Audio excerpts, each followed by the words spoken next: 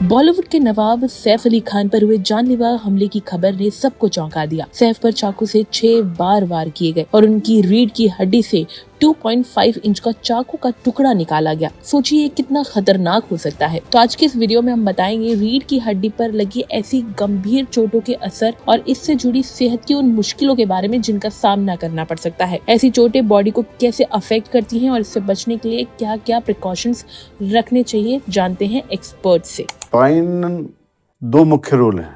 पहला, हमें सीधा खड़ा रखने में। दूसरा, ये शरीर के अत्यंत सेंसिटिव, बड़े ही नाजुक स्पाइनल कॉर्ड को संरक्षण प्रदान करती है। बिकॉज आप इस मॉडल में देख सकते हैं, ये स्पाइन का मॉडल है और ये जो येलो स्पाइनल कॉर्ड दिखाई गई है, ये इसको चारों तरफ से हड्डी इसको बचा के रखती है, जिससे कि कोई चोट, धक्का या कोई शार्प ऑब्जेक्ट उसको चोट से रोका जा सके। क्योंकि स्पाइनल कॉर्ड ब्रेन से शुरू होकर नीचे लोअर बैक तक जाती है और वो गर्दन में जब से गुजरती है तो हमें हाथ में नसें भेजती है, लोअर बैक से गुजरती है तो पैरों में नसें भेजती है, जिससे कि हमें हाथ पैरों में ताकत मिलती है, हम चल पाते हैं और हमारी जो सेंसेशन, जो त्वचा पे कुछ भी छूता है, शार्प प्रोजेक्ट या कोई भी हम सिक्का भी पकड़े, किसी को भी फील करते हैं, वो सारी सेंसेशन स्पाइनल कॉर्ड्स तक के थ्रू हमारे ब्रेन तक पहुंचती हैं, जिससे कि हम एनालाइज कर पाते हैं कि हमें कुछ चोट लगी है, कुछ चुभा है या हमने क्या पकड़ा हुआ। सोसाइटी पे बहुत बड़ा बोझ होती है, क्योंकि जो स्पाइनल कॉर्ड इंजरीज होती हैं, जो स्पाइन में चोट लगती है, उससे स्पाइनल कॉर्ड को कई बार चोट लगने से कट जाती है, चोट लग जाती है, तो आदमी सारी उम्र के लिए अपाहिज हो सकता है। ज्यादातर ये चोट ट्रैफिक एक्सीडेंट्स में लगती है।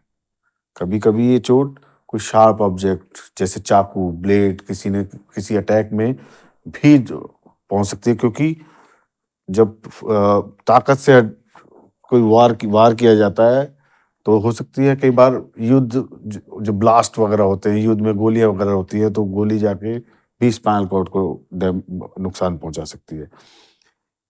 एक हम बात करें CSF, जो मैंने बोला पहले भी, सेरेब्रो स्पाइनल फ्लूइड, ये क्लियर तरल पदार्थ होता है, पानी की तरह कह सकते हैं हम इसको। ये हमारा ब्रेन एक झिल्ली में एक फ्लूइड के अंदर एक तरह से फ्लोट करता रहता है, जिससे कि उसको न्यूट्रिएंट्स भी मिलते हैं झिल्ली को और सुरक्षा भी मिलती है। वही फ्लूइड, वही झिल्ली ब्रेन से स्टार्ट होके स्पाइनल कॉर्ड के पूरे स्पाइनल कॉर्ड को बचा के रखती है और ये स्पाइनल कॉर्ड उसमें फ्लोट करते रहते हैं इजीली। कि हम बॉडी का कोई मूवमेंट होते हैं तो सख्त हड्डी के बीच में स्पाइनल कॉर्ड फ्रीली मूव करे, फ्लोट करती रहे, तैरती रहे और अपना काम कर सके, इसलिए ये सेरेब्रोस्पाइनल फ्लूइड कुदरत ने बनाया है। और कई बार जहाँ तक बात करें सेरेब्रोस्पाइनल फ्लूइड लीकेज, अभी हम ये ज़्यादातर चोट लगने पे या फिर कई बार हम जब स्पाइन की सर्जरीज कर रहे होते हैं, हमें स्पाइनल कॉर्ड से कोई कैंसर रसौली निकालनी है तो हमें खोलना पड़ता है, ड्यूरा बोलते हैं जो इसकी झिल्ली होती है, तब भी सेरेब्रोस्पाइनल फ्लूइड होता है। कई बार सर्जरी के टाइम भी ये इंजर, इसमें चोट लग सकती है जिससे सेरेब्रोस्पाइनल फ्लूइड हो जाता है, तो हमें उसको रिपेयर करना पड़ता है। उसके डिफरेंट अलग अलग तरीके हैं, पैच है, बहुत सारे आजकल तो मॉडर्न टेक्नोलॉजी की वजह से उसको रिपेयर करना काफ़ी आसान हो गया है। और अगर हम बात करें कि इससे सेरेब्रोस्पाइनल फ्लूइड लीकेज से प्रॉब्लम क्या दिक्कतें आ सकती हैं, क्योंकि जैसे मैंने कहा, ये जो सेरेब्रोस्पाइनल फ्लूइड है स्पाइन से लेके ब्रेन तक पूरे में फ्लोट करता रहता है। अगर कोई इंजरी होती है, सेरेब्रोस्पाइनल फ्लूइड लीक हुआ, तो वो स्किन से और बाहर के वातावरण से कांटेक्ट में आया तो उसमें इन्फेक्शन का चांस बढ़ जाता है। इन्फेक्शन जिससे जान को खतरा, दिमागी बुखार जिसको बोल देते हैं, जान को खतरा भी बन सकता है।